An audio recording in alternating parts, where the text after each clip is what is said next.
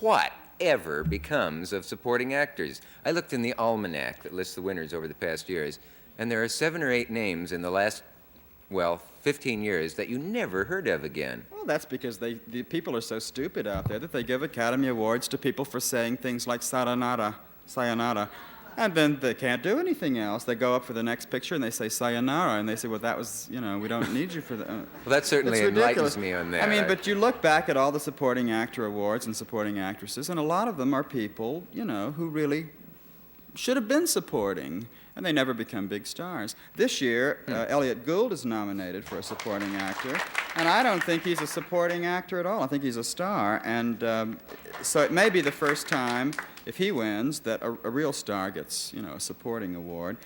But I don't think he'll win. I think it will go to Jack Nicholson for Easy Rider. And my favorite actress in the supporting actress category was a wonderful little girl who I thought gave one of the most startling Kathy Burns in last summer.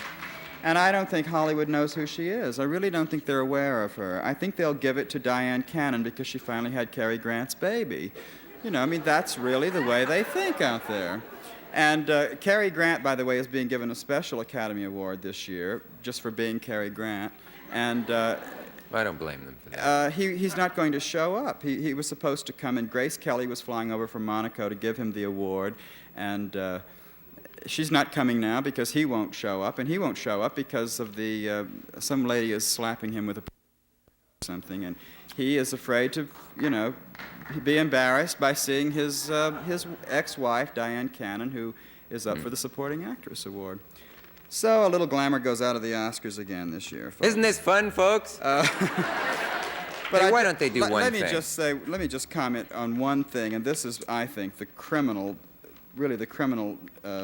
bit of oversight of the year, and that is the Best Actress Award this year is going to really be hard to determine. I think it will probably be split between Jane Fonda and Liza Minnelli.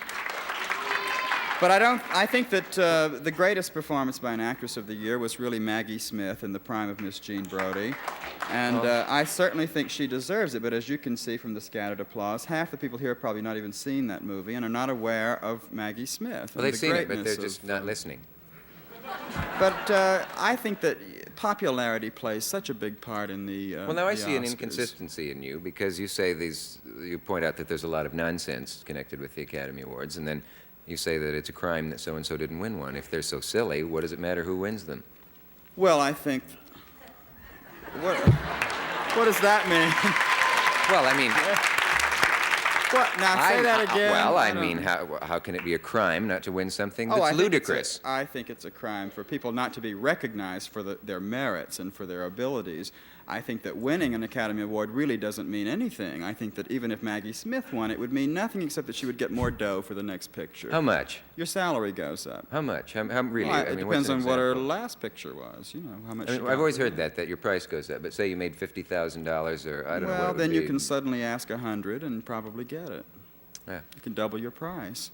What's funny about them? A lot of things are funny about them, but the idea of best actor is the wrong phrase to use. It doesn't make any sense. I mean, they ought to say the most popular actor this year or something like that. But if he's the best actor, then why isn't he still the best actor next year? Is it that he doesn't have as much talent anymore, and that somebody, I mean, not someone new was born. You know what I'm saying? I mean, I know, yes. Is Laurence Olivier suddenly less talented this year than he was last year? Or when he made Hamlet, Yeah, I mean, why wasn't the best actor the best actor till he dies? The prime example of that is the way the people in the Academy themselves are always talking about how Marlon Brando is the greatest actor in Hollywood, but they overlooked Marlon Brando. Everybody in Streetcar Named Desire won an Academy Award except Marlon Brando.